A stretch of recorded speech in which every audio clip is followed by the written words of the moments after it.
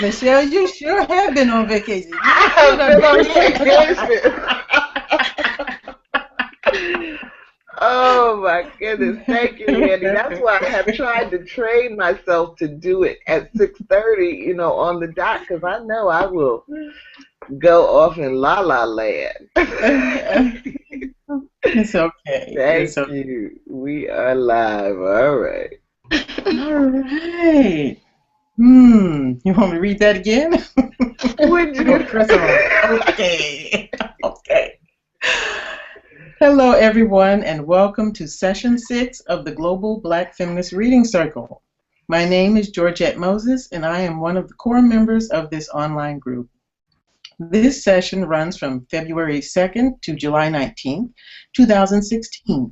Our reading selection this session is When and Where I Enter, The Impact of Black Women on Race and Sex in America by Paula J. Giddings. Our book group meets each Tuesday evening from 6:30 to 8 p.m. Eastern Time on the Google Plus Hangouts on-air platform. You may find the Global Black Feminist Reading Circle on Google Plus, YouTube, and Facebook, and always feel free to join us in reading our story together. Thank you.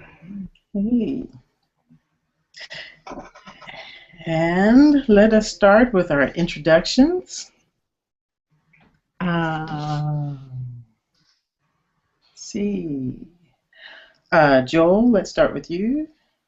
Would you please introduce yourself and tell us where you're from? My name is Joel Jones. I'm hailing you from Charleston, South Carolina. How's everybody doing? God bless. Good, good. Thank you. And Kim? Hi, I'm Kim Brandon, and I am here in New York. And how is everybody doing? All right. Good. Thank you. And Randie? Hi, and I'm watching from Atlanta. Randie who? Get used to that. I feel like I'm lying to somebody. Randie who? What's your last name? Chapman. Oh, okay. Chapman. It's so strange. I feel like I'm lying, but I swear we got married. We believe you. We believe you. Where's the paper? But Randie, are you sitting in the space? Remember, we figured out there was a part of the room where you got better reception? Yeah, I'm sitting there. I'm like really close to the box. Okay, because it sounds like your voice is kind of going out a little bit. Maybe, do you hear me better? No. No? I thought maybe the headphones was why. I don't know. I'm sorry. Okay, well, it may get better as we go along. Okay. Yeah. And Venita, would you introduce yourself? Yes, my name is Venita Walker, and I'm joining you from Cromwell, Connecticut. Welcome. Thank you. And Nicole? Hi, I'm Nicole Wilson from Houston, Texas. Thank you. And last, Michelle? Hi, everybody. I'm Michelle Odom in Brooklyn, New York. And I'm, as we all are, adjusting to coming back after a 6-week hiatus. And so I forgot to put the camera on Joel when he introduced himself, and I forgot to put the camera on Kim when she introduced herself. So you all can help me if you notice that I have It's okay. It's okay. First night back. You'll be better next week. Hopefully. Yeah.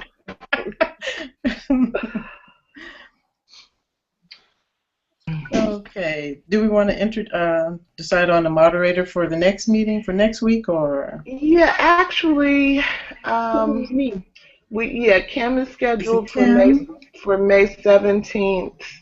Okay. Randie is down for May 24th. Venita is down for May 31st. And then that's it. We are there's one more week, June 7th, that comes before the break. So it would be really good if we could find somebody to do June 7th. I'll take that one. Who's that, Nicole? Yeah. Okay. And then, and then we can figure out the rest of it later on. We have a break on June 14th, and then we come back and have like another month to do. So. Okay. Okay. So That's pretty good. good. All right. Our current timekeeper is Venita Walker. That be me. All right. Thank you. You're welcome. Let's hear from Randie first. Let's hear about our marriage thing. Just born. No. I mean, it would be quite rude if we didn't ask her about, how everything. No, it wouldn't. I mean, where y'all go and stuff. I mean, didn't y'all sail the Caribbeans or something? Or? Yeah, we went on a cruise. We were the youngest couple on the cruise. It was really boring, but What? it was like when I told the travel agent that his mom works with that I wanted to be with adults. I didn't want a whole bunch of kids being around, and she went way adult. Like people were in walkers and wheelchairs. It was a beautiful ship. It was so beautiful, and we had a lot of fun hanging together because everything shut down at 9 because they were all asleep. We got to blast music. Oh my God. Deck and stuff and play cards all night. But we had a lot of time together. The pool was always free. They not really swimming, all day. Ain't that like going on the deck and see a whole bunch of just wrinkled bodies on the deck? In line because the wife didn't want him. She said he could get fries, so then she changed his mind when they got in line because of his blood sugar. It was. Oh. Henry, put that back. You know that makes your bowels run. Oh my God. I was like, oh my God. And Mikey thought it was so funny how I was acting because he thought it would be right up my alley because I'm a little interested. So tired, so it was good that it was not much going on. But the livest thing we did was play bingo.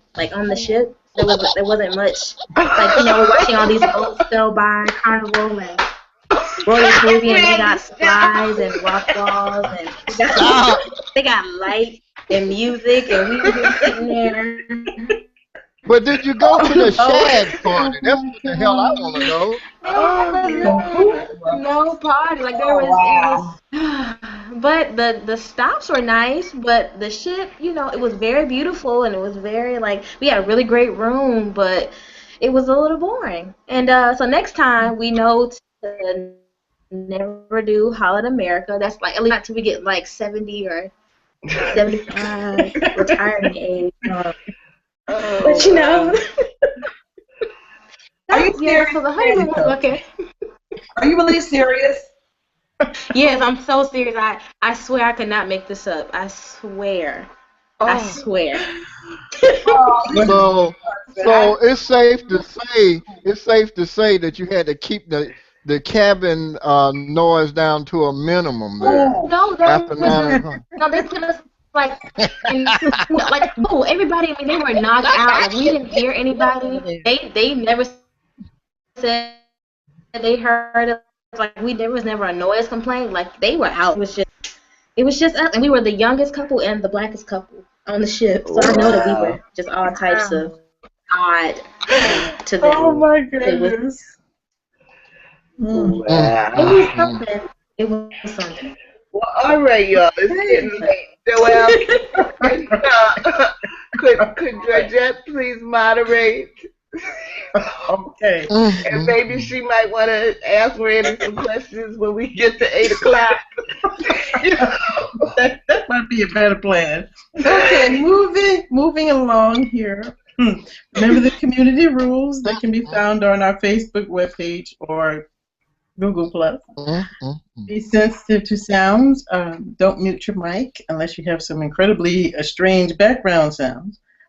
Remember, if you want to be tagged or not tagged in the videos, let Michelle know.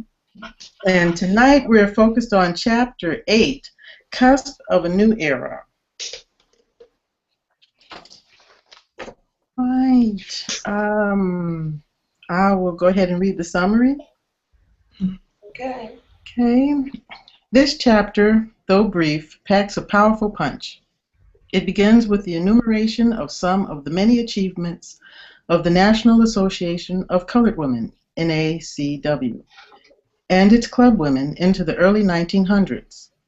The 50,000 members of this self-sustaining, formidable group managed to found schools, create college scholarships, provide employment assistance and training, launch reform campaigns that provided kindergartens, playgrounds, day nurseries, healthcare centers, and municipal improvements. Many of their programs served as models for the NAACP, National Urban League, and Washington, D.C.'s entire public school system. They shattered stereotypes without compromising their principles and inspired many firsts in art, literature, and social developments. However, World War I would bring some both incredible opportunities and difficulties as the fight for economic, social, and political equality followed the country's military-industrial boom-bust cycle. Okay, can I get a volunteer to read A and the 2 questions, please? I'll read it. All right, thank you, Michelle. NACW clubwoman Victoria Earl Matthews continued the work of defending Black women and the race by establishing the White Rose Mission, helping thousands of Southern Black women migrating north to find jobs, protecting young girls from unscrupulous labor agents, and even providing courses in Afro-American history. They were eventually absorbed by the Urban League. Question 1. When smaller movements make measurable change, they often get absorbed by a larger entity. Do you think this weakens the overall impact of the mission? Why or why not? Question 2. Have you seen any initiatives that were gender or racially specific compromised this way? If so, do you think it was the success of the movement initiative that made it a target? Thank you, Michelle.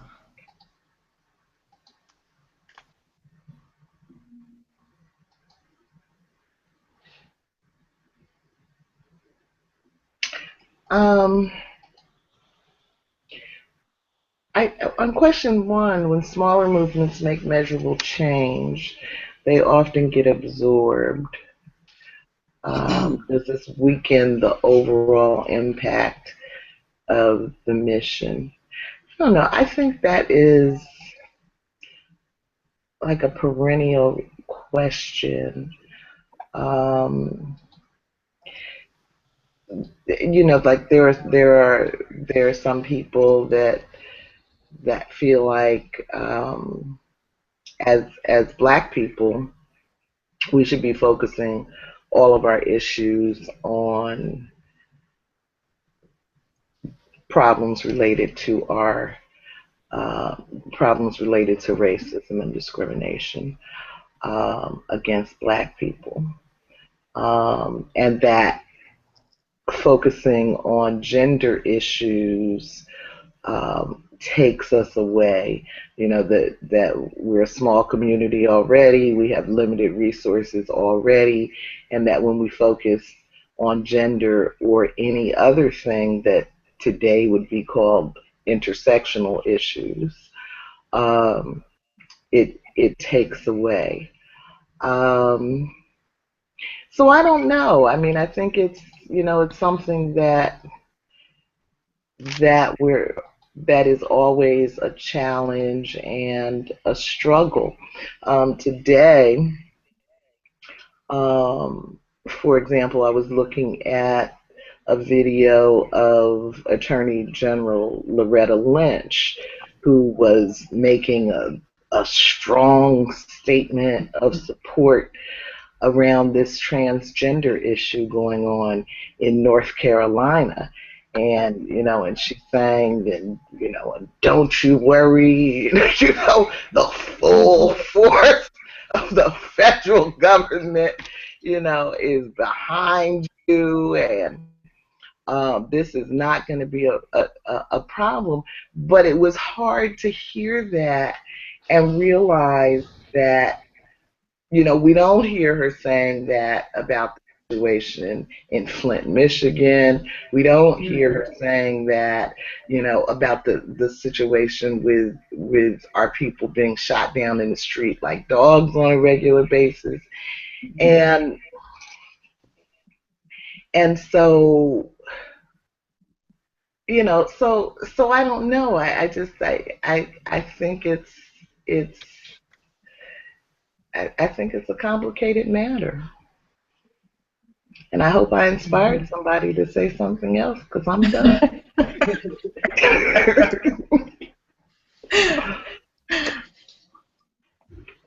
Well, there's the invitation. Question number 2. Y'all hear me? Yeah. Mm-hmm. Okay. Question number 2. Think of college. You have your clubs on campus. You can get a budget, and the school's supposed to give you this money if you can vouch for why you need it. And the African Student Union asked for the same budget every year, and they used it. And it was really, they put on really great events. They brought in, people to kind of show what the diaspora is all about, and to pay homage to the international students that were on campus. But then one year, the school cut their budget in half, more than half, gave this predominantly white organization on campus a huge budget, mad money. They gave them so much money. And said that the African Student Union could pair with this multicultural club on campus. They could pair their events or something with them. Basically saying, you don't need this money anymore because there's a group on campus that's very similar to you all, and you can, y'all can get together. And that just wasn't the case at all. And it was so huge. We all ended up meeting. Every organization whose budget ended up meeting in this town hall, and the African Student Union and their advisor, who was one of the professors of the Africana Studies department. They just went in. I can't even explain it, in a very academic and professional way, but just trying to tell the people who handled the budget that they were wrong, and that there were multiple. If they were doing that for there were multiple organizations on campus that were similar to each other, including the predominantly white ones. So why wasn't their budget cut? And I think that their budget was cut for that reason, because they had become very powerful on campus in terms of how they were making people think differently about different countries in Africa, having people say out loud that there were different countries in Africa, not just saying Africa. And Africa's multifaceted and complex, and there are many countries there. And they were really just shifting the thought process of a lot of us by holding these events and bringing these speakers from around the world with their budget. So that's what that question provoked out of me when I saw it. Wow. So you're saying there's something positive about being able to focus on a particular issue. Is that what you're saying? Well, yeah. I don't think. I hear what you're saying about. Yes, I think that there's something positive. I don't think there's anything wrong with that. That problems. We all experience different problems, and they affect us different ways. I don't want to hierarchy, but I don't think there's anything wrong with focusing on a certain problem. Mm-hmm. And reading that question, Number one, it brought me back to the controversy with former President George W. Bush. And can you all recall the outrage because he would never speak to the NAACP or he would shun their events, but he kind of privileged the Urban League. And many protesters and journalists and political those in politics analyzing politics. But they acknowledge that he often did that because the NAACP was going to focus on race-specific issues, whereas the Urban League was kind of talking more about blacks and economic development and developing, of course, the economic base. And so it just made me think about that and those ways in which once the NACW became, I'm sorry, I'm on my cell phone. Someone's calling. But it made me think about, just the NACW and how black women at that time had decided that they were going to do for self, that same, the rhetoric of, pulling yourself by your bootstraps, pulling yourself up, the old American mythology, that rhetoric, and then still these attempts to do that, they really, it's very disappointing to say the least, that we found ourselves, or let me say, they found themselves in a vicious cycle whereby there was some progress and then that progress was once again it just disappeared or it slipped their grasp. And so I just think that there is a conscious way that self-sufficiency in Black American communities, it's suppressed. It's not necessarily encouraged.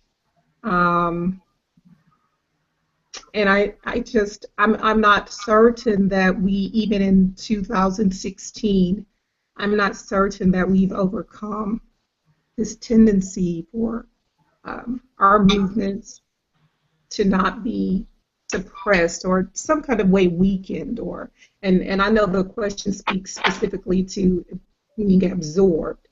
I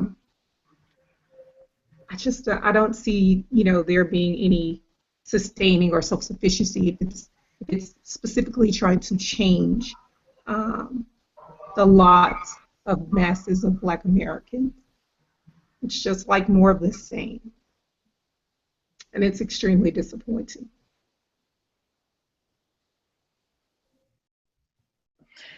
Thank you, Nicole. Go ahead, Kim. Thank you, also, Nicole. I guess that one of the things that comes to mind to me, like in the 60s and the 70s, there sprung up a lot of Black independent schools, especially here in Brooklyn. And I mean, there were a lot of them.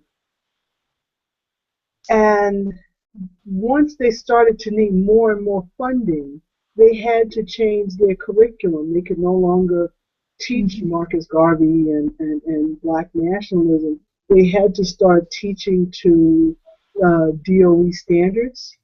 And so one by one, the school would fail and be absorbed into the public school system.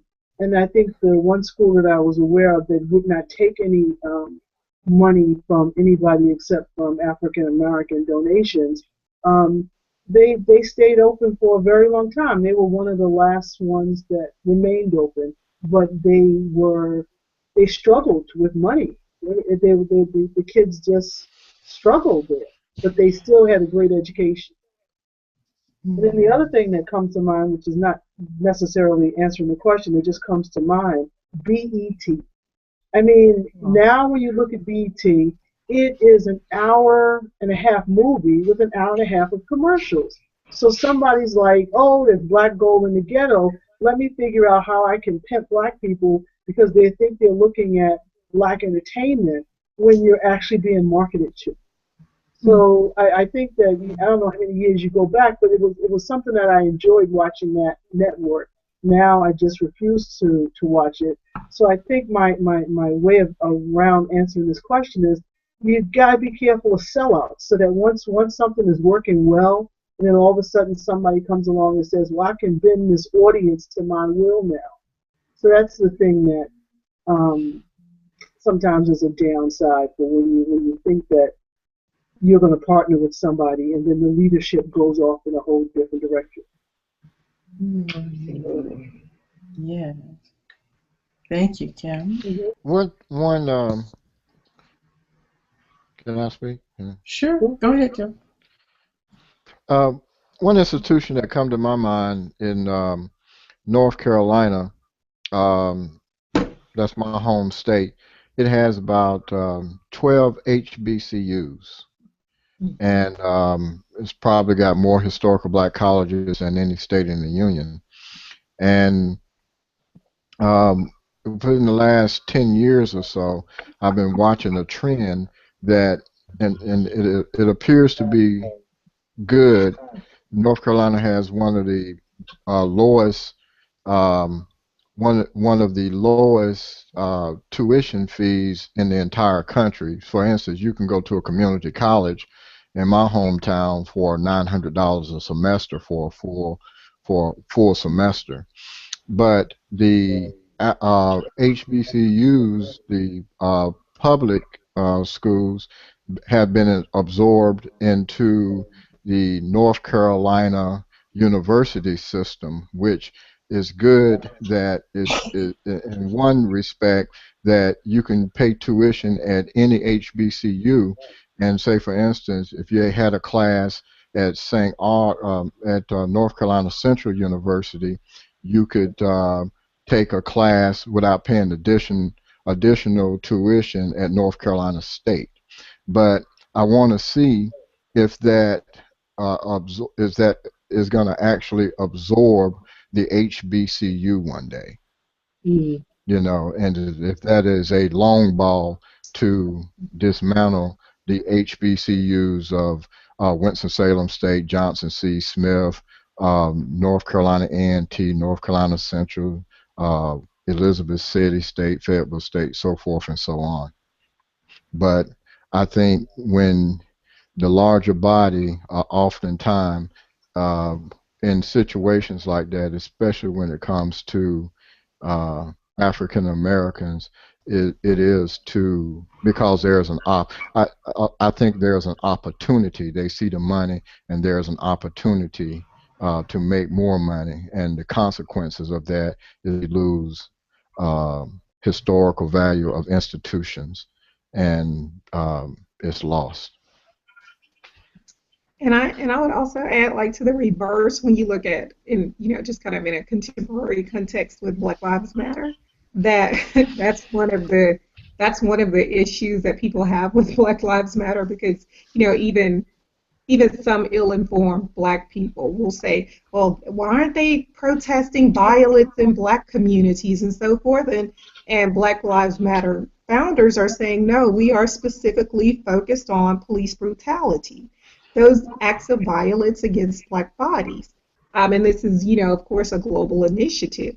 And it's like, and I don't know how you would evaluate Black Lives Matter and how history will ultimately judge that movement, but they refuse at this point, and I know it's kind of salient because it's like really is online movement more so, like a digital a movement, but this idea that they don't want their message, their focus to be weakened or absorbed by, you know, other issues, by this pressure to focus on other issues.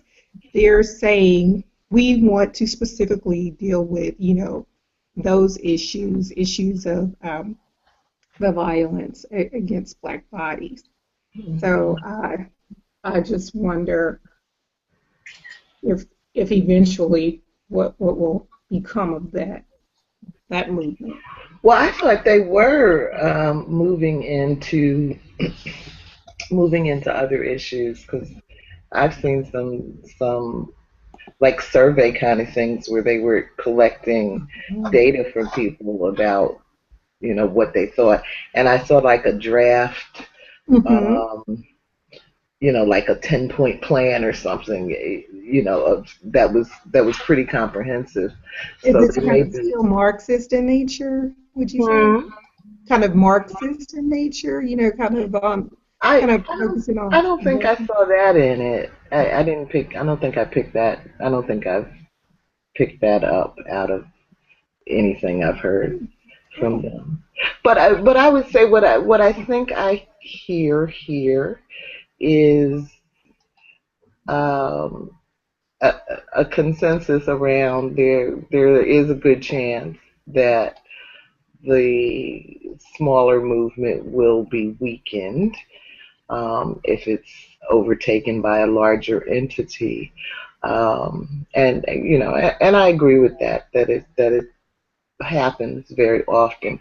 But I also want to leave the example of the food nutrition program started by the Black Panthers that was overtaken by the federal government, and in that case it was an opportunity to spread the program to a much larger population of children than were being reached by the Panthers. So I guess it can go either way. Well, it was good to hear something positive. You wrote that one so kind. I said it was good to hear a positive example. Yeah, I like to get a little balance in there. What are your thoughts on it, Venita and Georgette? Well, that was a very good example of positive results, but in my lifetime, I've seen very few of those examples. Usually, the smaller causes are absorbed because, of course, we know it's all about the paper. And once that happens, it's instantly changed. It's absorbed by white society, let's just call it like we see it. Then they start to control it. And at some point, they'll spread out the breakfasts, we'll use as an example, among the children. Then after a while, they decide what type of breakfast they should be. After a while, they decide ketchup is a vegetable. Yeah, you know what I'm saying? Okay. So, that's one good example, but usually that's not the way it works out at all. Whether it's with Black small organizations and successful ones, or if it's with just big business. The cable companies, the banks, you name it. SBLs was a great place to go. I remember a little girl going to SBL, get my little passbook and put your little money in there. It was a good place to be. And then suddenly someone said, well, we don't need 10,000 of those. Then someone said we don't need 5,000 of those. So if you can find one today on any corner, and it really has not been to our benefit. So, I don't know matter what it is. It's all about the paper. Oh, so Venita, you're saying so you see like a link between that and the growth of global monopoly capitalism? Yes, definitely. Wow. Definitely. I see, and this is not a part of the question, but I see it spreading into every aspect of society. With outsourcing of particular jobs with companies. They're now hiring Asians to run those companies. And the Asians, of course, in different parts of Asia, there are so many folks that, pretty much, it can get rather complicated, but let's put it this way. We are now being treated as if we were modern-day slaves. So to answer your question, yes, Nicole. But we can't let that discourage us. We still cannot let others discourage us. We've got to still keep it moving. Right, Nicole? That's right. That's definitely right. Keep it moving. I think I wrote these questions because when I was looking at all the great things this organization did. Yes. And in the back of my mind, I'm thinking about all the negative things they say about, oh, you black people, you never do anything for yourselves, and you know, why can't you? And then we don't have, if we don't read, if we don't have the information, we don't have these examples that show us, oh, yes, we have, and yes, we can. Yes. You know, but if you cut us off at the knees and redirect our resources and compromise our leaders, we can't do anything. So it made me wonder, you know, if any of you would know what the process, when it said it got absorbed into a New York group, and then that group got absorbed into the Urban League. Well, what did the Urban League do with all of those initiatives that were doing so wonderfully, that these women worked so well? You know, was it a case of patriarchal, okay, ladies, you've done your part, you know, we're going to parcel out the resources the way we see fit because I'm the boss kind of thing? Or did it continue to be a cooperative, and then maybe something, you know, economic nationally happened, you know, or socially happened, riots or what have you, and it kind of threw everybody off track? So I didn't know, but I really welcomed and enjoyed everyone's perspective on that question. Well, you know, if I may, it reminded me when I was taking a class, and it was a lot of professionals that was in human services, and they were talking about the different departments across the state of South Carolina, and they said, every human service program, these was, you know, Caucasians, black, white, green, and blue, that they're head of these departments. Every program that showed positive results in helping people, lift people up and out of poverty, or had a positive impact on any community, if it's proved to be successful, the state would cut the budget of that particular program and make it ineffective. It'll just go away. Period. Wow. That sounds like what happened at Randie's college. Yeah. Yeah. Well, let's move on. Georgette has a lot of good questions here. It's getting kind of late, so. Okay. Can I get a volunteer for B and read the 2 questions, please? I can do that. Thank you, Kim. Charlotte Hawkins Brown, founder of the Palmer Memorial Institute, a school for upper-class African Americans in North Carolina, often found herself trying to balance her values with those of the white philanthropists who wanted to assert their own ideas about educating blacks. She says, and God only knows how it hurts. It's just what are they going to ask me to submit to as a Negro woman? In my efforts to get money now, I don't want my friends to tie my hands so I can't speak out when I'm being crushed. 3, does it surprise you that such a powerful and educated woman would still have this fear? And 4, do you think that even our president has been between this rock and a hard place? Thank you, Kim.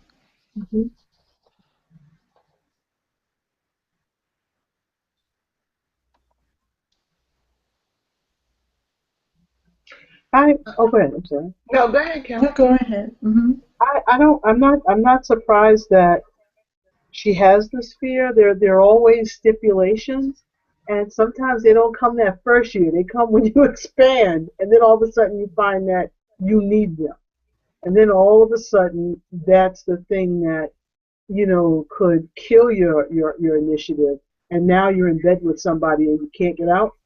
So I can see that fear, and I love the fact that she's, you know, looking this gift horse in the mouth before, you know, she's fully engaged. So I was very impressed with that. And then, do you think that even our president has been between this rock and a hard place? I definitely think he's got so many rocks and so many hard places until I'm surprised that he's still standing a lot of times. So yes, I do think there's no great example that pops into my head at this time, but I do see that. And then one of the things that people are saying about him is that now the latest thing is that he is responsible for Donald Trump. That had he said more and got more involved, but it's that thing where you always want to come after the fact and say that Trump is a product of Obama not having a big enough voice and guiding America towards something else. So no matter what he does, he's going to be blamed for all the fallout. So could he have said something? I think so. I think he could, but I don't think that makes him responsible for Trump. That's just one example. That's it for me. Okay. Thank you. Anyone else? That question made me think about Melissa Harris Perry. She tweeted this all-encompassing question, and she asked, like, what's so threatening about a Black woman in leadership? And it makes me kind of make a connection to, that question, Melissa Harris Perry's tweet, and then James Baldwin, who spoke of, kind of being conscious as a Black person in America. You're enraged all the time. Because truthfully,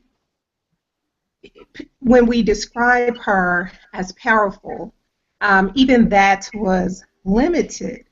It's it's kind of like the same old song, same old tune that we continue to be disempowered by the fact that economically we remain very dependent on and I think on even white philanthropists who are not necessarily overwhelmingly concerned with masses of Black people being free or liberated. And so, I just saw it as even the school itself, it's tokenism. You get this small representation, upper class Blacks, and I'm not, of course, judging the school because I understand it was just a part of the condition. But you got a school that was kind of geared towards the upper class, the upper crust of the Black community, and I'm thinking like, hello, W.B. Du Bois. But and still needing, funding from whites. I just don't know if we'll ever get to those moments where we can critically educate our own students, where we can critically, just do things that are of critical value in America. When we are still we remain economically dependent, as she was, as here in the 21st century, we still are economically dependent. I'm in a PhD program, and it's disappointing that my African American lit professors don't look like me. One is from Finland, right? Whoa. And so, my profs don't look like me. They don't understand my concerns when I say that I'm interested in looking at Black women, the plight of Black women, and so forth. My professor, I had a course on Baldwin, and in his way of analyzing, he was not focused on social justice so much as he wanted to look at the number of times James Baldwin described the water and different ways that, he just stuff that was not really about Black liberation. Just let me be honest. How do we ever get there if we're still so dependent? Okay, thank you, Nicole. And there are plenty of Black PhDs out there. I'm telling you, there are tons of them. Right. Wow. There are tons of them. That's right. What'd you say, Venita? But no, when Joel's done. I'm sorry, I thought he was done. No, go ahead. Go ahead. No, it's not. I beg your pardon. You can continue. No, ma'am. After you, Miss Venita. Well, thank you, Joel. I really appreciate that. The cup runneth over. I love it. It's so good. What Nicole said was very interesting about the Afro-American studies and the professors that are lecturing are not Afro-American. Well, I believe a lot of that is due to economics. Mm-hmm. I've heard that from a lot of students. They're not hiring black professors, like they're not hiring black folks out there today. You know what I'm saying? When times get hard, and I listen to my grandmother very carefully during the recessions and the Great Depressions, even the jobs that we held, of course, that the white folks did not want, the porters, the firemen, the ship haulers, the ditch diggers, anything that was dangerous was okay for us. That's right. But when times got hard, they stepped forward and said, oh, no, Negroes, we want those jobs now. Yes, yes. So it's the same thing that's happening. Everything is about the paper. Everything is about now we have less jobs because we're now global, companies are moving. We're in a deep recession, aka depression, but they don't want to be able to have to explain the D word, so we'll just keep it right here. And that's why you're finding more and more universities that are hiring white folks to teach black subjects. And it's sad. My friend's daughter has actually had a Pakistani professor that barely spoke English teaching Afro-American studies. Oh, boy. I just in my mind when Nicole mentioned that, you know. But then if you say paper one more time, I'm going to scream. Well, you know, I mean, but the reason why I said paper, we can say dollar, we can say dough, we can say the green, we can say currency. I know. The buzzword is it's about the paper, if I'm not mistaken. Okay, you're not mistaken. I'm not being on the OG tip. I get it right. All right.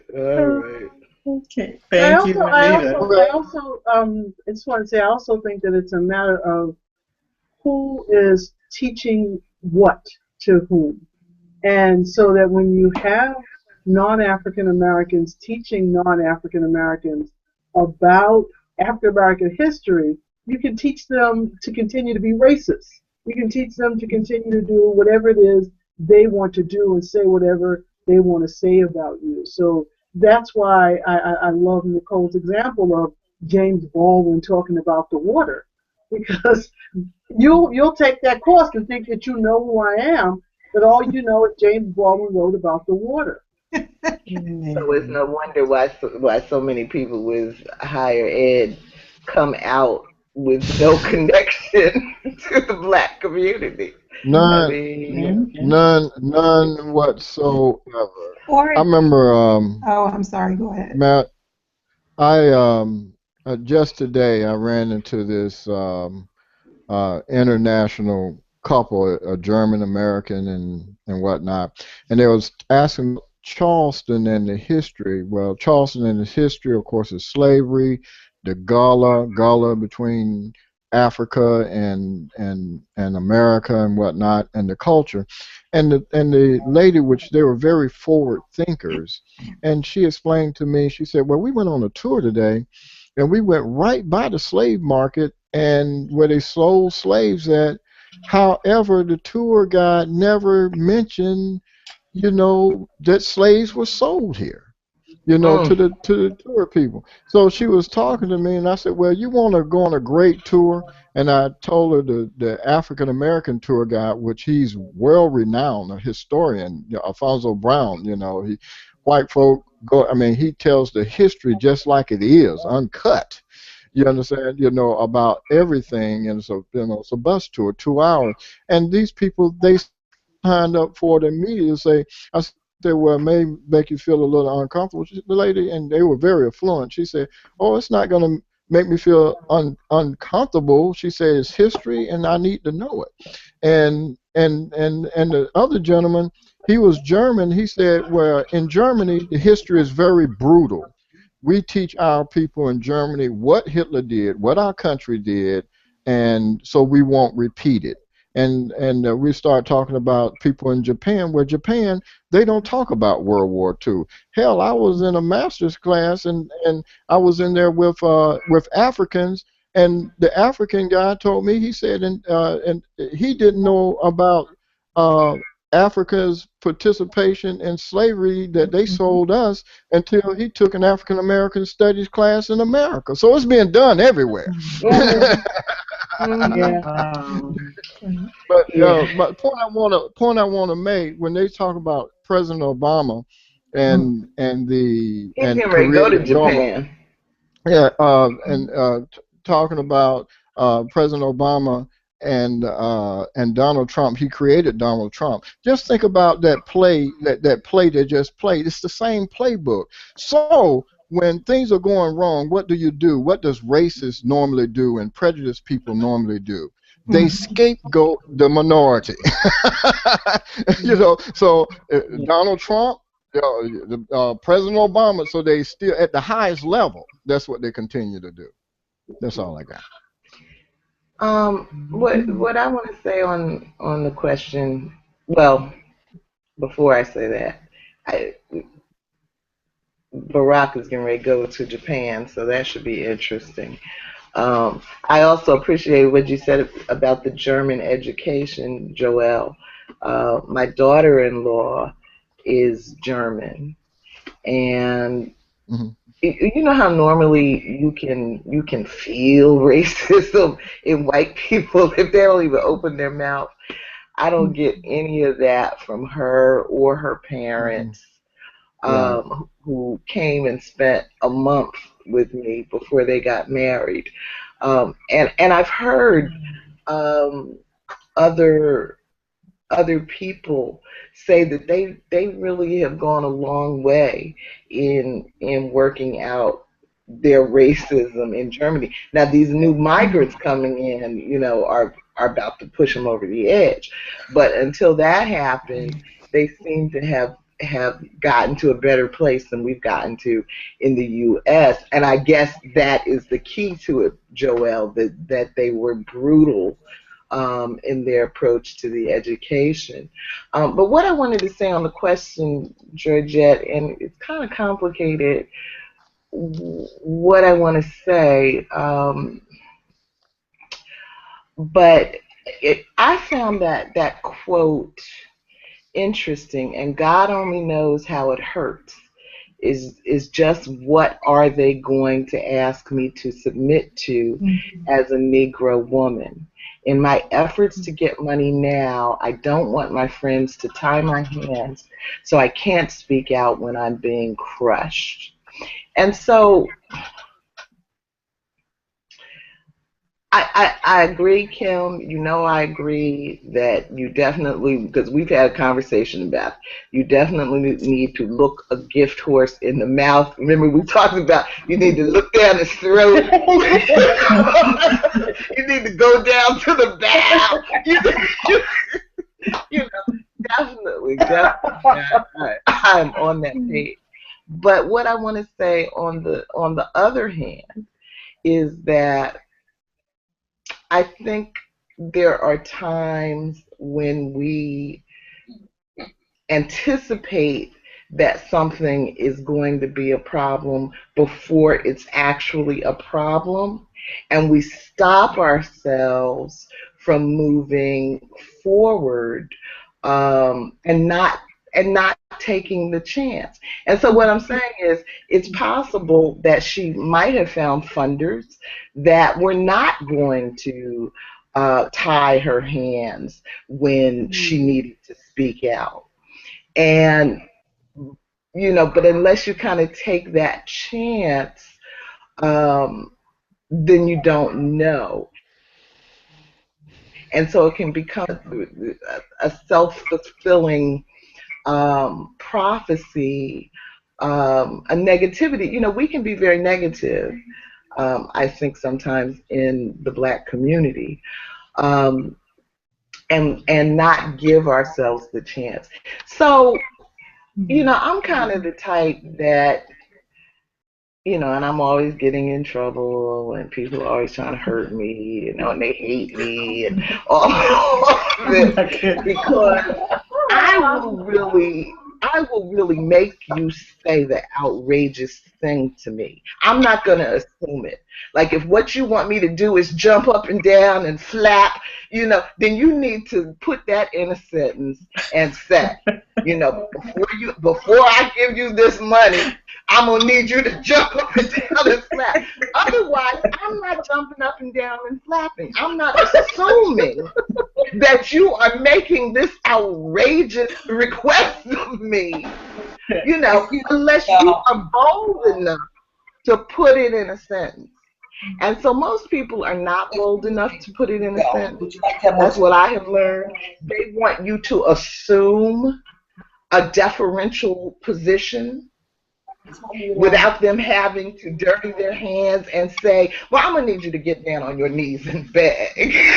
I'm going to need you to suck some things. And, they don't want to say it. They don't want to say it. They just want you to do it. And so what I have learned for myself, and it's risky, and, I'm like, kids, don't try this at home.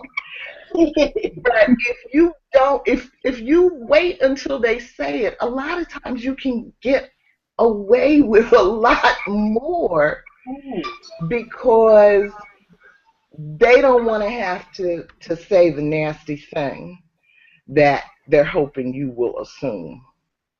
Ooh. Interesting. Excuse Jump me. up 3 times and slap, huh? Excuse me. The timer is being ignored. Sorry, Venita. Quite a few times. And no, I haven't even heard you interject. I didn't hear you. I did say, excuse me, and no one's hearing me. So now I'm going to use my big voice. Good. Okay, everybody, listen up now. We've been warned. Okay. We got to straighten up. Yeah. All right. Wow, that was some very interesting commentary. Wow. Okay, well, let's move on to C. And if I can get a volunteer to read that. I'll read it. Thank you, Randie. In 1916, the NACW launched a campaign to save the Frederick Douglass home, which was being made into a museum and historical center from foreclosure. They saw it as an obligation of race loyalty and paying tribute to their ancestors. They succeeded, even raising $30,000 extra to restore the home and its grounds. Question 5. What effect would the loss of Douglass home have had? Question 6. What significant Black historical landmarks, artifacts, have been lost today? What do you think was the root cause? I'm actually eyeing this question, patiently waiting. Because I really thought it was a really great question. What effect would the loss of Douglass home have had? I think it would have been detrimental, and I think that the women saw that, and I believe after reading all the stuff that they've been able to do, that they knew that they could raise this money to keep the home, and I do believe that it was an obligation. Maybe I wouldn't probably call it like a race loyalty, but it's an obligation like to this man that is, from our community, to try to keep his home because, based off the last question, it came up like who's telling the story, what type of narrative could somebody, make about Douglass and his home, and what could they change it into if they had the power and the money to own it. And I think that there's maybe they saved it a little bit longer from being whitewashed, so I really appreciated that they did that. And in terms of question 6, what significant Black historical landmarks, I know that Ghana is the only country in West Africa that has kept the slave dungeons. Every other country has knocked them down. And it's because the root cause is shame. Nobody wants to talk about it because it was absolutely horrible. The slave trade was absolutely horrible, and it was horrific. And these slave dungeons were sitting in these West African countries forever, and so they decided to knock them down. And there were a group of African Americans and Ghanaians who lobbied to keep the slave dungeons in Ghana because they swore they would never forget. And there's a plaque that says that they will never forget, and let this dungeon be like a physical reminder of what not to do ever again. And it's the only place you can go in West Africa to literally see a dungeon.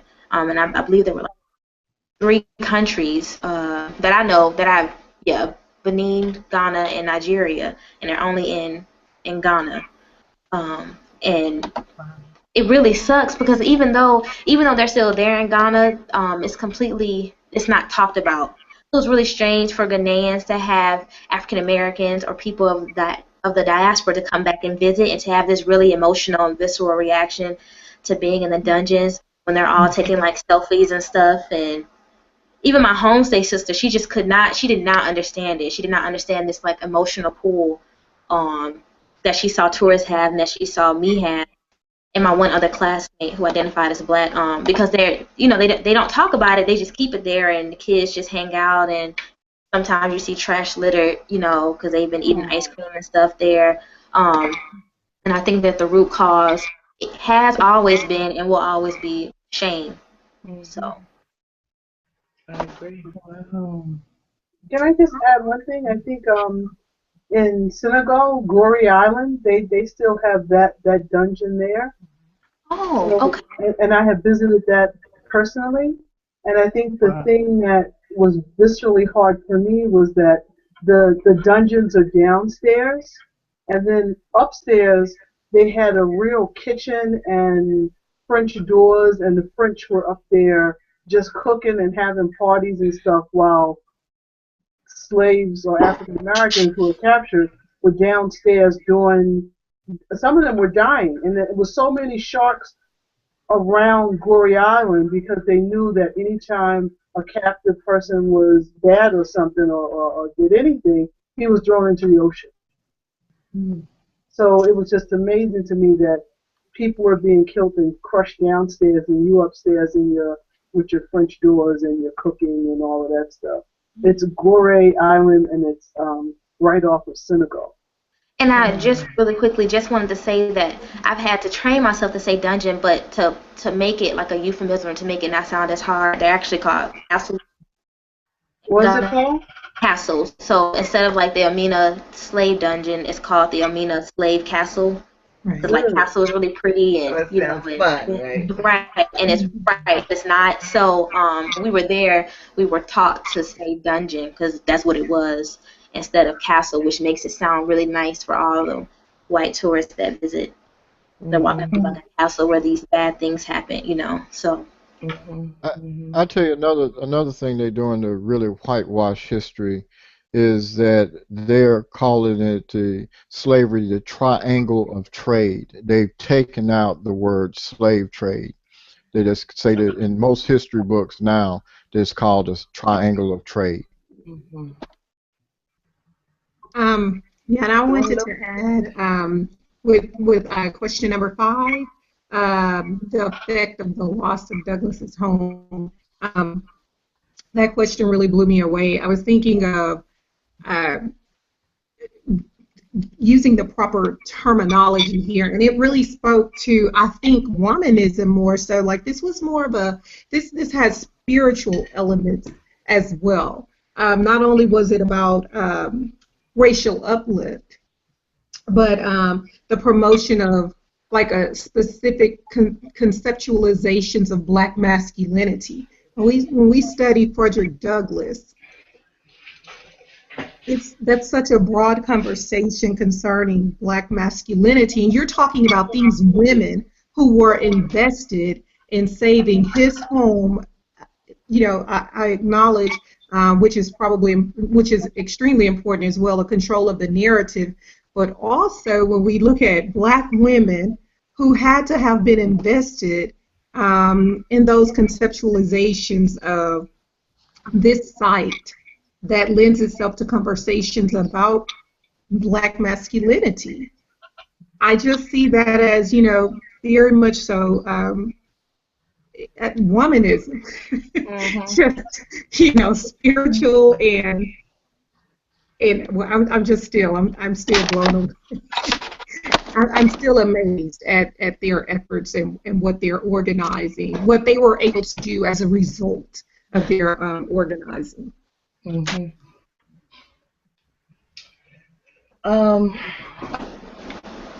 Well, y'all know, Nicole might not know, but I'm one of Frederick Douglass' ex-wives.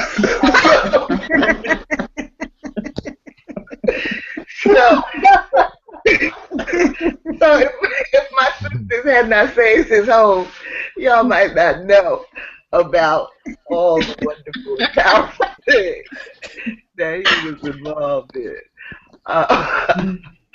But I wanted to say a word about, I was at an event. Actually, I think I mentioned it before. Maybe not.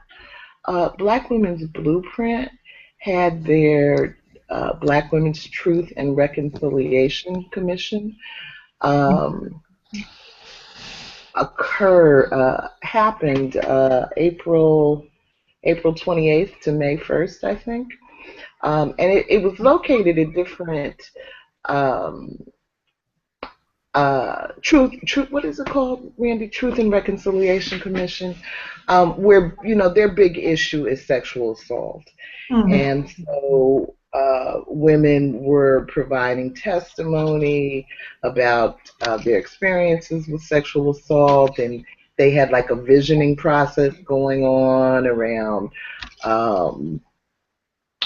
How to create accountability and help make women and girls safe. And, it was a whole thing that went on over a 4-day period. And it primarily was focused at the United Nations. But one of the events was at the African Burial Grounds in Lower Manhattan. And so I went to that event. And it was actually my first time at the burial grounds,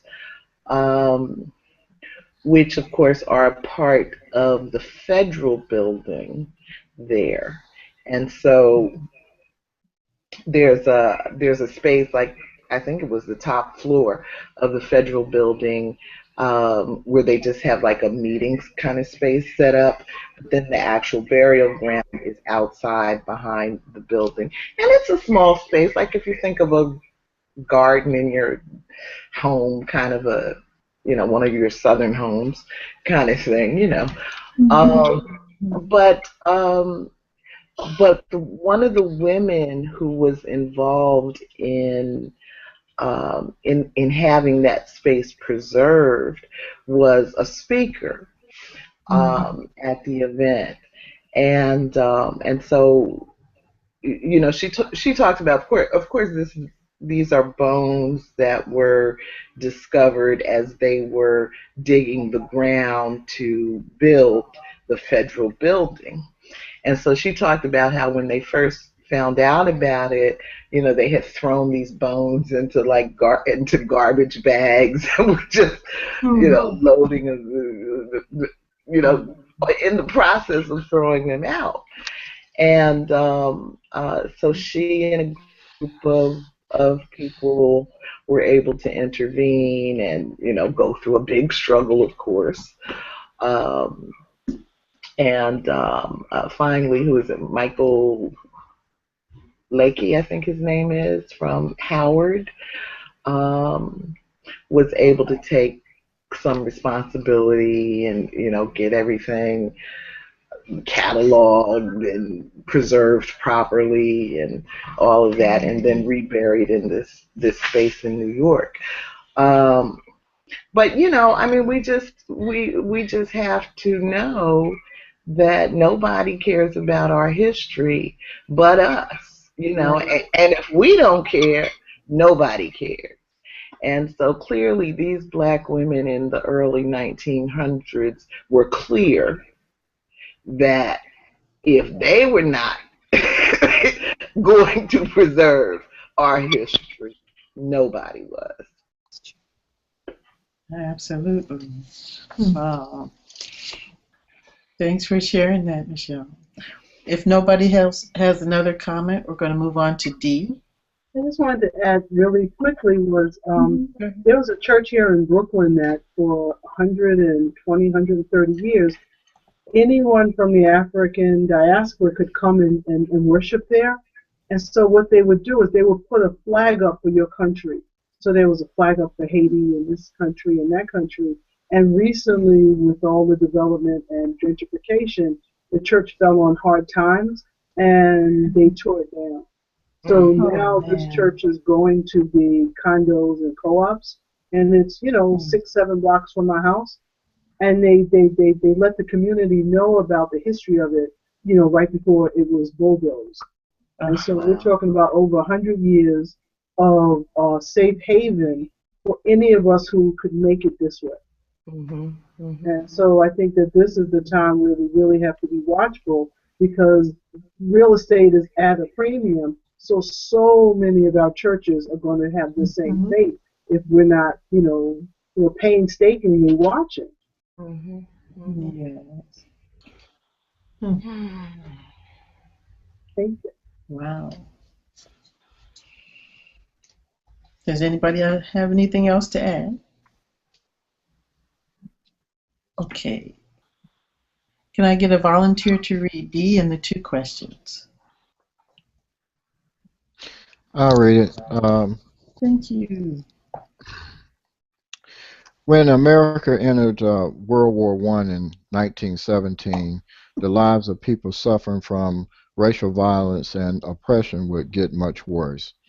The convict lease system, used as a pool of free Southern black laborers, trapped twice as many black as white men and 8 times as many black women as whites in jail. The federal government even created work or fight rules that stated if you were not aiding the war effort by either working or fighting, the authorities could put you in jail. Particularly in the South, this was used to break strikes, bust black unions, and further suppress black workers. Even so, black women in places like Pine Bluff, Arkansas, refused to work in the fields. 7. What did you think of the account of Mrs. Green, a military spouse who quit her job as cook for a white family but was threatened with arrest for vagrancy the same day? 8. Were you surprised that black women were being forced to work even if they didn't have to, even tarred and feathered? I pride myself on knowing some history, but I had no idea. Now, what is tar and feathering? What is that? Tar, they literally poured hot tar and they feathered you. Put chicken feathers, duck, fowl feathers on you. Yes. What? Yes. It is. That is straight medieval. Yes. Yeah, this was some crazy. this was some crazy stuff. Yes. So you quit your job and you get arrested. Well, that's pretty much not what's going on now. Oh, no. I'm not sure there's a big difference, Wow.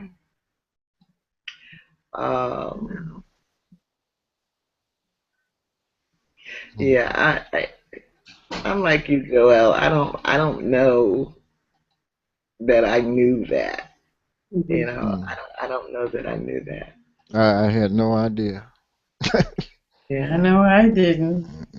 Not to the point that they would tar and feather two people because they didn't want to work, because they didn't have to, because their husband brought home enough money. They sent it home from the war, so they didn't have to go out and work in somebody's kitchen and laundry and whatever, be a nursemaid. They could stay home and take care of their own children.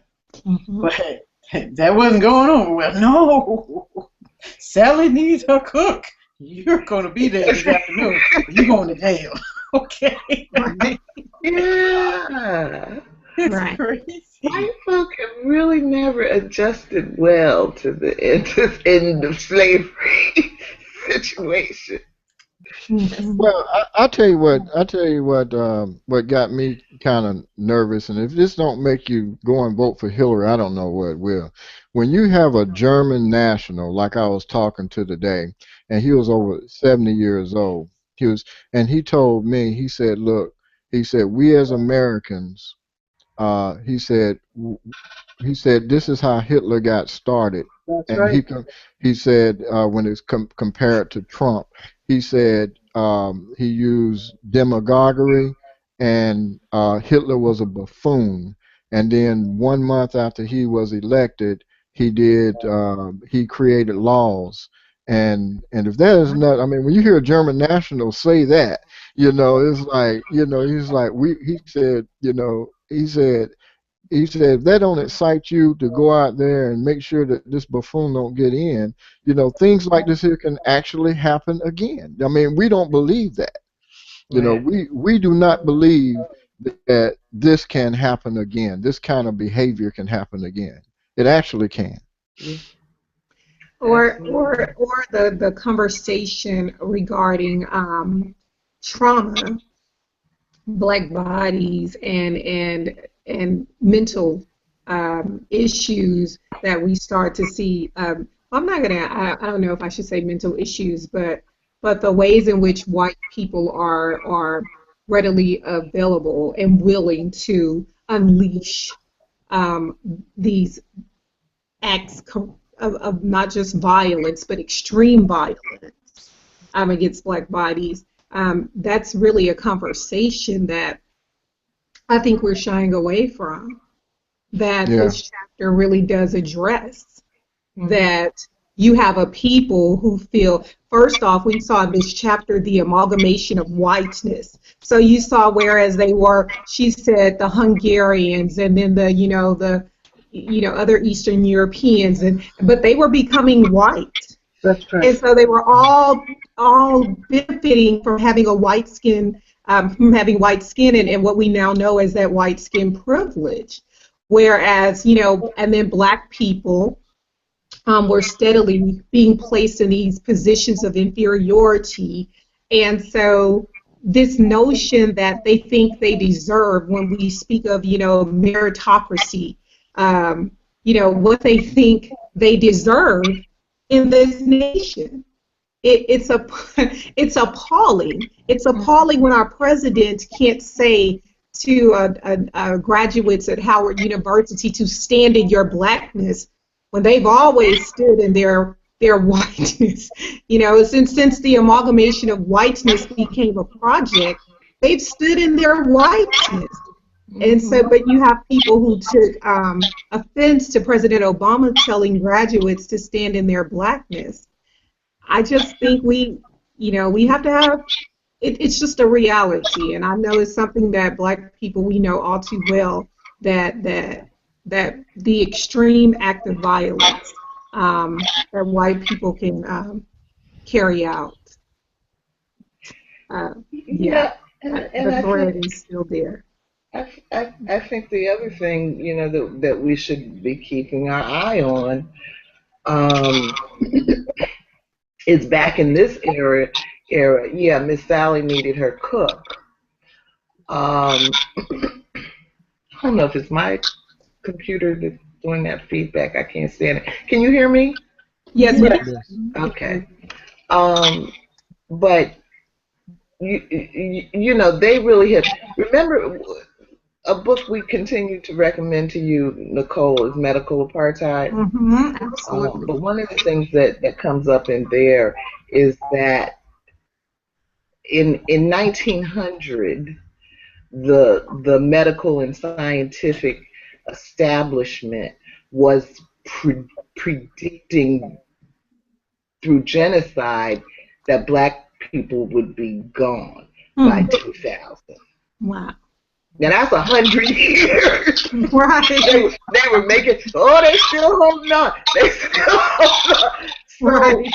you know, they've been looking for that anyway. Absolutely. For a long time.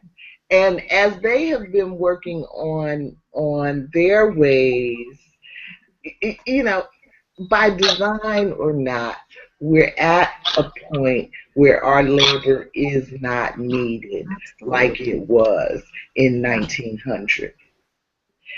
Be it because of overpopulation, be it because of the coming of the robot, you know, be it because of China, Asians, you know, of globalization, you know, for all of these reasons, our labor is not at the premium that it is. Now, I contend that our bodies are still in demand because our bodies go to serve the prison industry, they go to serve the nonprofit industrial complex, the homeless shelters and the nursing homes and, you know, all of that. And so they have figured out other ways to capitalize on our bodies. However, when you talk about the potential of violence breaking out, you know, they really would not mind cutting loose. Quite a few of us at this point. And so, you know, that's why it's a Black woman. Yeah, when I hear, I'm in Texas, and so when we talk about open carry in the classroom, and if I am teaching students, and much of my curriculum is, you know, critical pedagogy and talking about race and class and, you know, oppression specific issues. If I'm here in Texas, the good old conservative state of Texas, you know, I feel a real threat when we're speaking of open carry. And so much so that my university has begun to want to have conversations as to how to, you know, have, you know, how to speak in the classroom once open carry, when we return for fall. And open carry is a reality. I would not be sitting in no classroom. You know, that is the craziest thing I ever heard. Yeah, in the classroom, right? So this is just surreal to be reading this and to be able to place so much in a historical context and to feel this as a Black woman. Yeah. It's the reading this week. It's just surreal. They got online classes.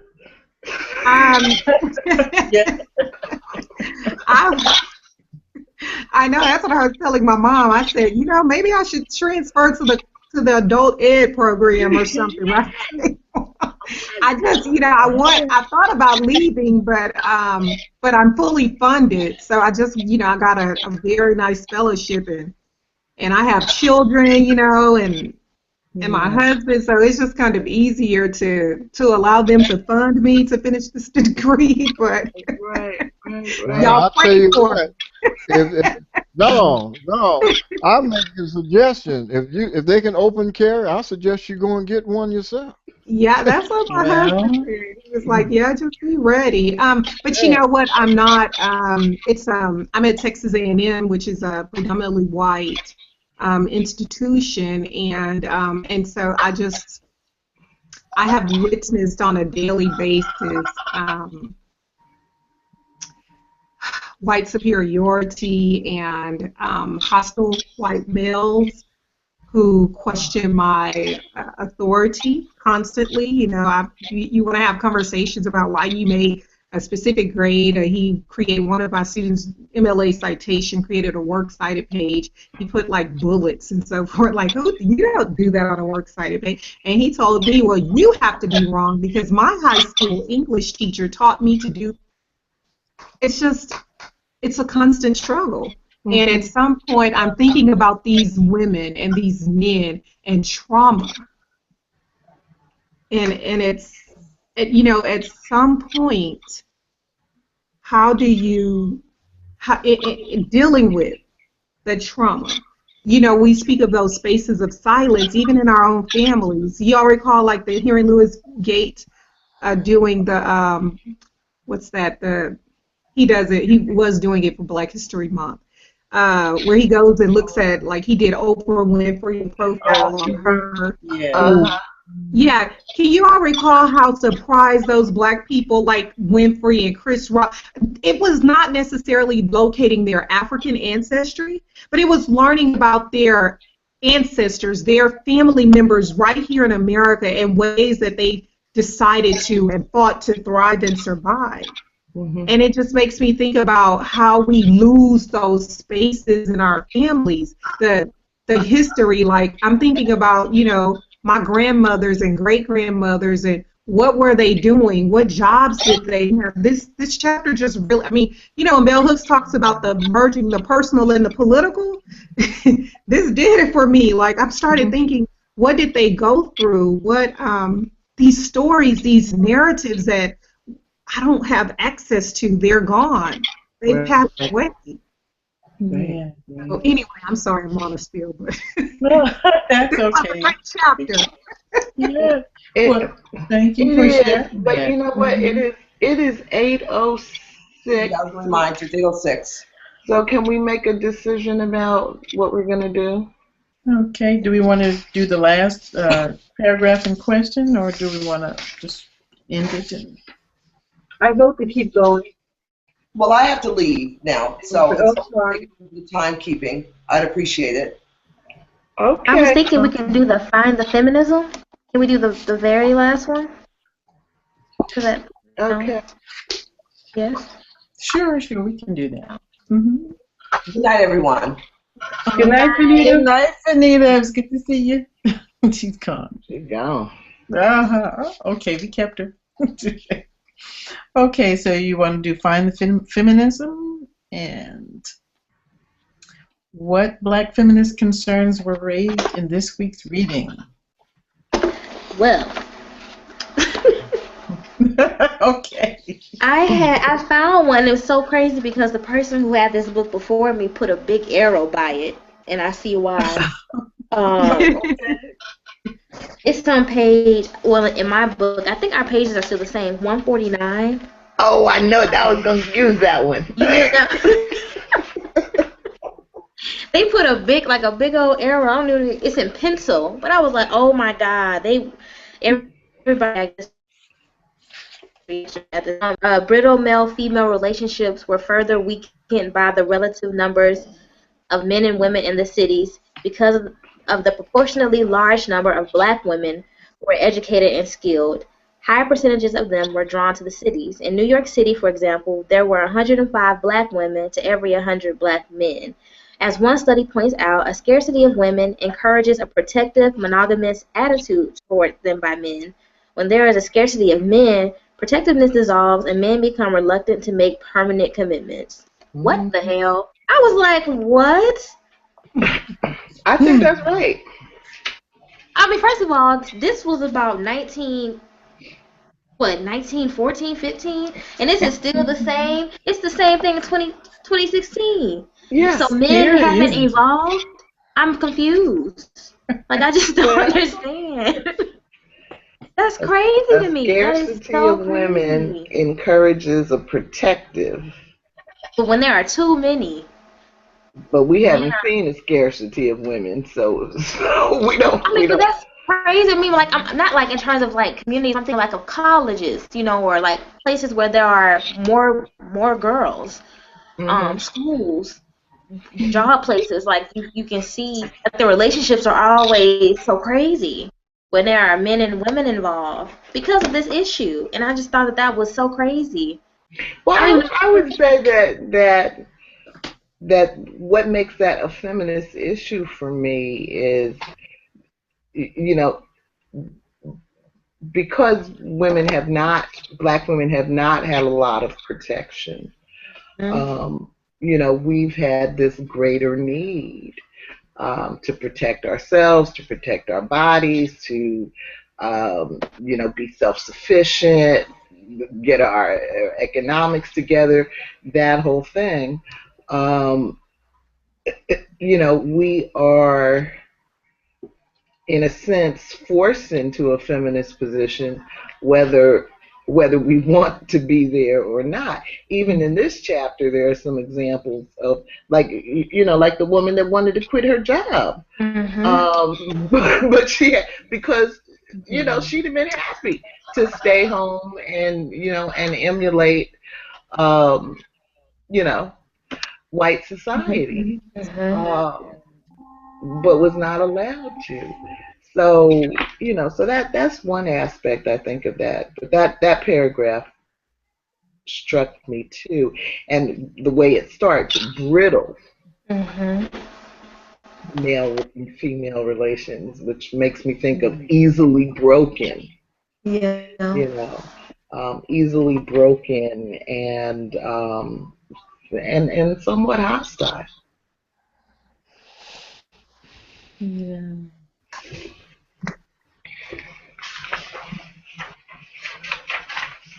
It reminds me of the quote from much earlier, "I don't truck with no man." So I think when there's a shortage, some of us just gotta say, "I ain't trucking with no man." Yeah, and a lot of them trekked on up north. Yeah. Yeah.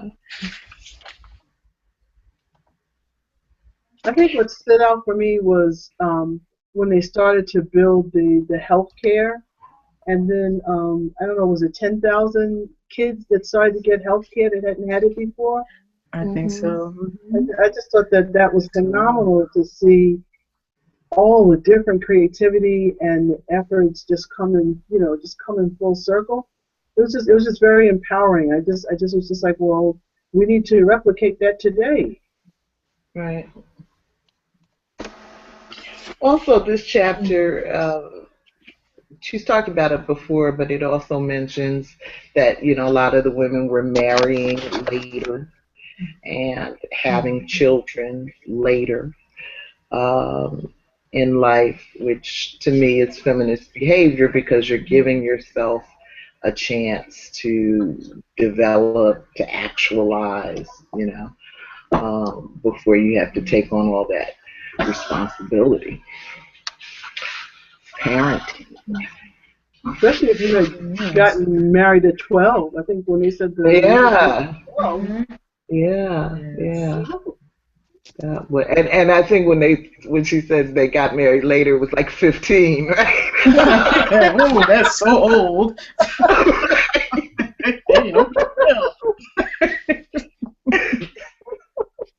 But it was progress. Yes, indeed. I think the medium was 12 to 15, so later might have been 17.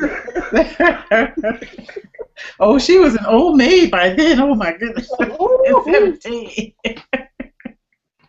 Oh Yeah. Yeah. Yeah, for me, I was thinking about isn't that Audre Lorde? I'm trying to think of that quote when she talks about Black women responding to and in as much as archives are concerned, and controlling their own narratives through archives. She was encouraging Black women to do that. And so I just saw in this chapter, looking at, the preservation of Frederick Douglass's home, and just going into the newspapers and to get these stories, to hear the Black woman's voice. I just thought that was of the utmost importance. I guess I would call it more radical Black feminism, but feminism nonetheless. And I would also say that again, from the vantage of why we need Black feminism, one of the things that comes out in this chapter is how the Black women were moving into positions that white women had vacated when new opportunities became available during World War I. And so, it's just the point that, yes, we're women, and so we have some gender things in common, but because racism, has always been a factor in our relationship, in this country at least, it means that our issues are not exactly the same. Yes. Definitely. And even the wage issue, right? Because the Black women were still paid less. Like, she acknowledges clearly the white women were not paid, but their male counterparts were receiving. But even still, Black women were not paid what the white women were paid. I mean, there was still some a disparity there. Right. And I don't know that. Well, there's the other issue that she goes into about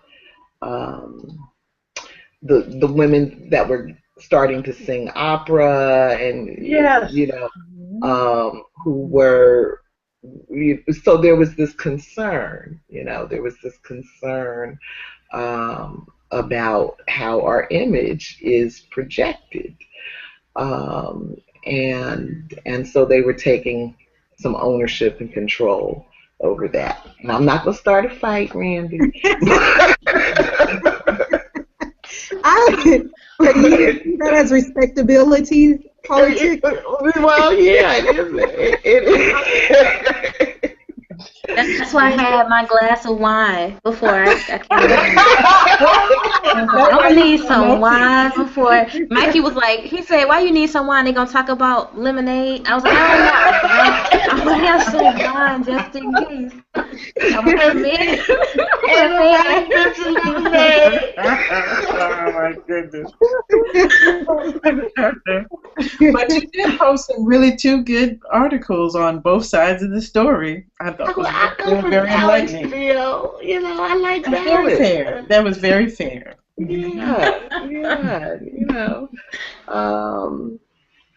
They'll deserve some criticism, but I don't idolize anybody. I don't think anybody's perfect. I don't think anybody is above criticism, including myself, and certainly including anybody that's out there in a public, role.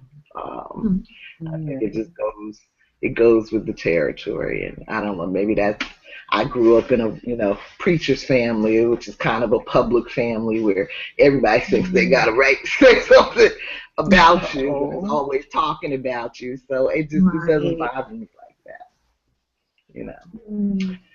But anyway, okay. Anything else? Sorry. No, go ahead, Kim. I just wanted to say quickly was that I loved when after the war, and there was no jobs or anything, and they said that the only jobs African Americans could get was with other African Americans. And I was kind of hoping that the chapter would take off from there, where we were starting to really start to be more independent. And so I just think that economic independence is so huge. Yeah. And I love the way that White Rose mission, I love the way the women were, taking control of the Southerners that were paving the streets. They were paving the streets. Yes. Yeah. So. Sorry, Randie, what were you gonna say? Oh, nothing. I thought that we were ending. I was about to thank Georgette for the gift, the wedding gift. Oh, you're welcome. You got it. Yes, and we're going to send out like official thank you letters, but you're here now, and I got it, and I was like, Georgette? I was like, how did she? Why did you say it like that, Randie? Well, I was so surprised because everything got shipped to my mom's house. Like, we didn't get anything, so we had to go up there and open gifts because I was afraid the leasing office would say they didn't get it, but they got the gifts and were keeping it for themselves. So we shipped it out. So we got there and we're just opening. Hey, did you get mine? No. Did you send something? Really? I really did it. I know you got mine, Randy. What you saying? Huh? Did he send something? He did send something. He did? What did he send? I'm sure it was something important. It was big. I don't. Was it the microwave? No. It was a luggage. It was a luggage. Oh, okay. That didn't have the name on it. It was you? Yes. The luggage? Yes. I'm going to show you, because I want to be sure. I don't know what it looked like. I know I paid a lot of damn money for it. Are you serious? Because we were It was a luggage set. It had my name on it. Yeah. Huh? Did it? Randy. Huh? It was an entire set. I know, but this is the one that I can pick up because it's light. Oh, yeah, I guess it was on your. Nice. It was on your list, and that's what I sent it. I mean, it was. Well, thank you very much. No, we didn't. Okay, good. Thank you for telling us because we wrote a list, and I was like, I have no idea who this is from. Well, you see, do you know my damn name? It said Joel Jones on it. All got sent to my mama's house. I don't know if things got lost in translation, but we were like, okay, we have a list of like anonymous senders. We thought that was one of those. No, I'm sorry. Wow. Sorry. There are like 3 other gifts. We have no idea who sent them, but thank you very much. I was so surprised. Very sweet. You're welcome. I'm glad everything worked out fine for you guys. I'm glad you got to see what old life is going to be like on a cruise. Be quiet. Be quiet. They can hear you. It was the strangest thing. It was so strange. It was so strange. They can, the only way they can hear your ass is they had to turn up the hearing aids. Huh? It was crazy. It was crazy. It was crazy. I did not know. We were just so shocked. We were like, "Oh my God, everybody is open." Was the old white women clutching their bags when your husband walked by? I'm like, oh my God. No, you know, Mikey's very handsome. You know, they're really into that. You know, they try to act like they don't fetishize, black big men, but they were all like eyeing him, watching him. You were thinking of you had some of the men that's like, maybe we can get him to be a stripper. Nobody was afraid of Mikey. Everybody was watching him. Nobody was. Because it was so old, I didn't even care. I was like, this knock yourself out, brother.